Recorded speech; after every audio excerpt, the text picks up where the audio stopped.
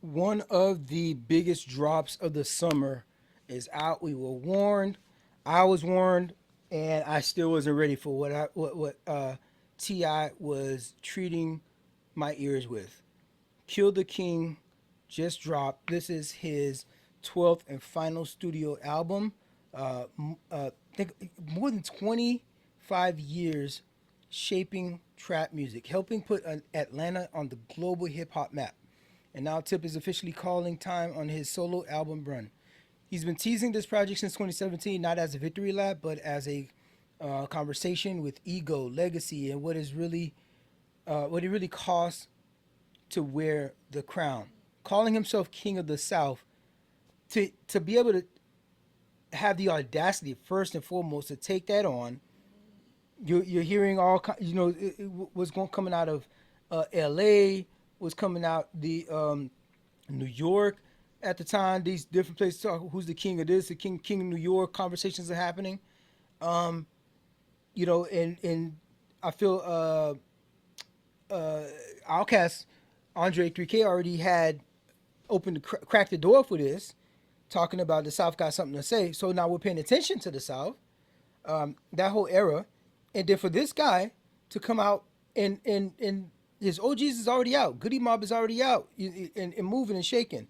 8 Ball MJG already out, moving and shaking. Then you won't call yourself King of the South? Who is you?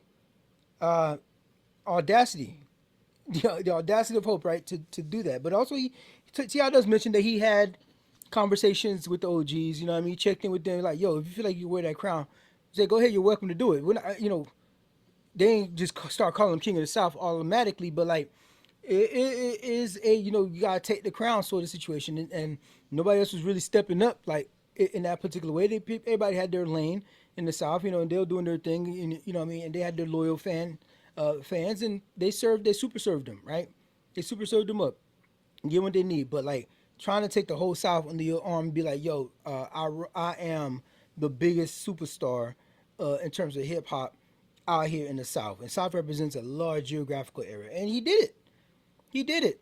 He proved it. Stayed true to it. And we watched him grow through it. We watched Ti go from a little badass tip, right?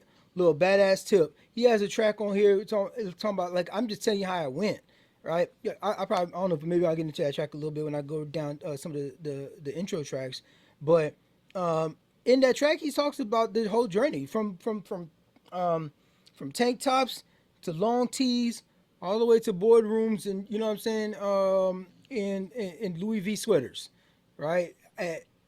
You love to see a trajectory like that, especially for somebody in hip hop. I'm here for it. He is saying that he might be retiring from the solo album thing, but he's not necessarily retiring. You could potentially see him do a collaboration album, maybe. And of course, he's got his podcast. He's got movies and stuff that he's been doing. So maybe there's a soundtrack. When Black Panther dropped, or even Harder They Fall, or any of those Sinners, right? We have our current living artists on those soundtracks, and some of those soundtrack songs, like Whitney Houston with Bodyguard, or Seal with Batman, a soundtrack to a movie. Some of these songs live on, right? So he still has ideas to that. Maybe video games. I know when the video games have music now, especially talking about FIFA or like 2K or something like that. He's still gonna give us some bars here and there, a bit more than Andre is committed to do. I had to give him a quick dig right there. Andre need to get behind the mic, give us another project. Would greatly appreciate that. But looking back at I'm Serious Trap Music King, you're looking at a soundtrack to Atlanta becoming a hip hop powerhouse, and now he's ending this story the same way he built it, on his terms. Now, let's get into the music because the production lineup here is ridiculous. Pharrell, Dre, Organized Noise are some of these producers on this thing. Juicy J, um, another on the production on this thing. Pharrell with Let 'Em Know. This one is prior to like the lead single. and that has how many spins that joint got already? Yeah, that's over 64 million spins right there. 64 million. Let me see. Is anything else come close on this project? Nah, ain't nothing else comes close. So yeah, so Pharrell knows how they make him one, right? For he had the whole clips run, and you got him on one. I think he has him on a couple of tracks on here actually. And I'm not a big fan of the other tracks, so it's not a perfect album. But the songs that I'm not fucking with, you might be fucking with, and also even those songs don't completely take me out of the vibes, right? So that's let them know where I'm from. Man, this song is so freaking dope. With Anderson Paak. It brings that soulful, laid-back energy, while Tip keeps it grounded with hometown storytelling. Where I'm from, talking about where I'm from, and they kind of do like a little give and go sort of situation on there, where where Pac spits his. He doesn't really spit the verse. He does the bridge and the chorus, and then like he ends his line, and Ti picks up right. We talk about where I'm from, right, and they tell stories about where they're from and what it's like, and what it's almost like part of it is here. Let me just tell you where I'm from. You tell me where you're from. Okay, cool, cool. And then like they may be having a piece of the conversation where this person's complaining about a little bit where they're from. He's like, well, now let me tell you. You got something. You think you got something to complain about where you from? Because now they're talking about some of the hard times wherever they from. And he's like, and then like it becomes like almost like a oppression Olympics sort of thing. He's like, man, at least you had all that, this, that, and that. Like here's where I'm from. Man. This is how bad it was in my space. Great storytelling, great chemistry on the beat. The song caught me off guard at first, especially because the way it opened up and it started. I was like, what kind of song is this going to be? What kind of track is this going to be? And then when I heard and the Anderson Paak snapping on the snare, and I heard that voice, I was like, oh, it makes sense. It's the eclectic style of song, and it's and Anderson Paak makes perfect sense in that sort of space. Gorgeous is a love track. It's a love song that he got on here featuring Usher. Usher is singing on that thing. Great appearance on here, and it's a song where he's pretty much a love song to his wife. Talking about no matter what people say, no matter what we go through, in my eyes, you're gorgeous, right? No matter what other people's opinions may be, you gave me these kids. You've been by me. He's been with Tiny for like forever, right? And so, and this is kind of just like a love song and a tribute to Tiny on this thing. Everything that they've been through, the setbacks, him going in and out of prison, having TV shows, and the fallouts that happened from those things, and just all of the trials and tribulations. She's been around and she's been loyal, and they've been together and they've been committed to each other. You don't see that often in celebrity couples, but I mean, she wasn't a celebrity necessarily, but she's been by his side for a long time. And you love to see black love in that at that stature, and not to the point where he's pretty much doing his farewell tour, right? Farewell rotation, right? And he says on one of these tracks, man, you know how many times I done went out my way to fuck this shit up? I must make you aware of the fact that the glory should go to God.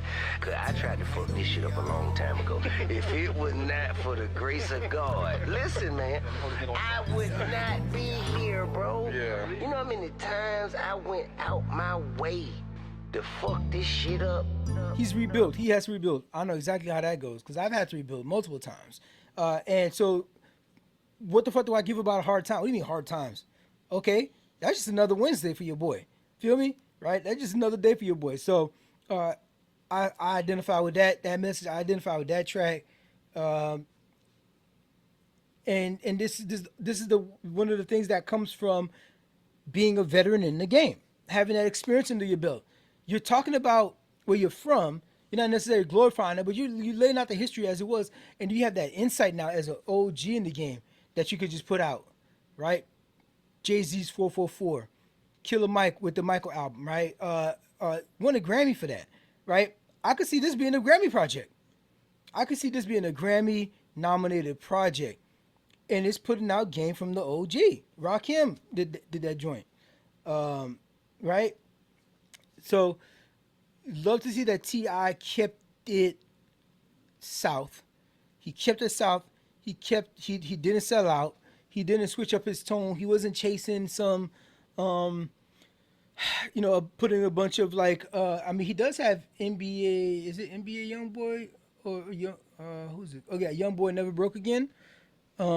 Is on here, right? So that's a little bit of that market that he might not usually have tapped into. And of course, he has a couple of these tracks that are consumer. Like let him know is gonna be spinning for the radio. So he did what he had to do in terms of homework to make sure that this project gets its spins, it gets its looks right, so that he can lay out all the more thoughtful and introspective and history telling stuff that he wants to put on wax for the record. That's you're gonna find that all over this thing, and he lays the table perfectly for that. So see what I'm saying? Opens up as the first track he's rapping on here, and he's going deep on that. He's got Young Dro on that thing, and Young Dro has always been like freaking like his Robin to his Batman. Let him know is already a hit for sure. Then that's when we get to the Anderson .Paak track. That's a hit. So he's starting off very strong already there. Rant, dope track. He's just talking his shit right there. And then he goes into Mr. Him. Tell him Mr. Him is here. That one I wasn't feeling so much. It didn't take me out of it though. But then he goes, I'm just telling you how it went with the Dream. And shout out to the Dream, the legacy there. And right after that bit, he got Dope Boys Academy. And you got the hit makers on there. T-Pain is on there. Jeezy on there. 2 Chainz there. With T.I., bro, that's just like the Avengers. Summer Walker makes an appearance. So he's keeping it. Atlanta. He's keeping it Atlanta. Usher, right? Even being on here, and he's keeping it street. It might be a little street adjacent because he's not in that street anymore. But he's talking about his real world, which is still a little bit street adjacent.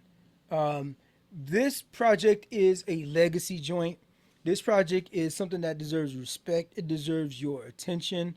If you're going to listen, give it the due respect it deserves and match the energy that the record is putting out. And that's maybe pour yourself a French Connection.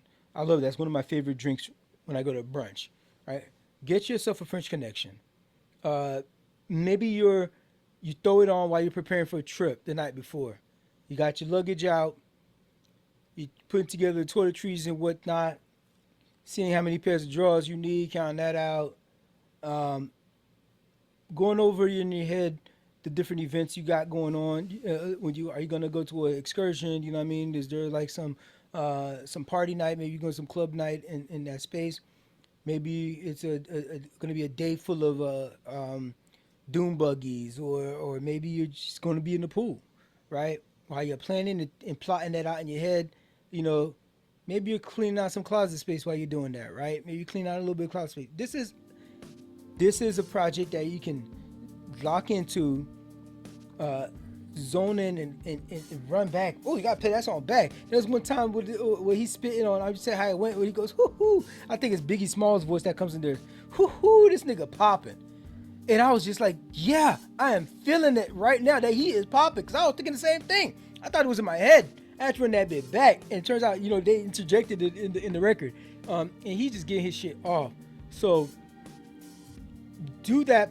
Get in that zone. Get in that space. Throw this project on. Put it on your headphone. Well, you can put it on the speakers. It plays well in the speakers as well.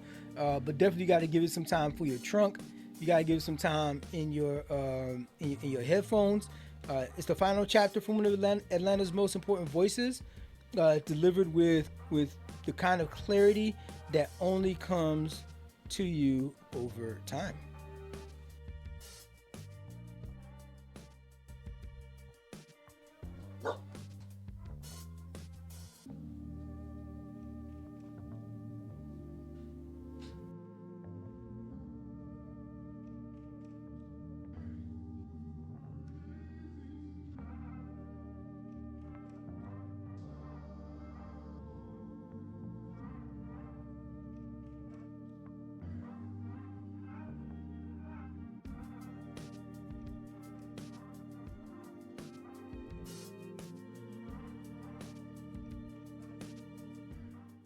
It's challenge day.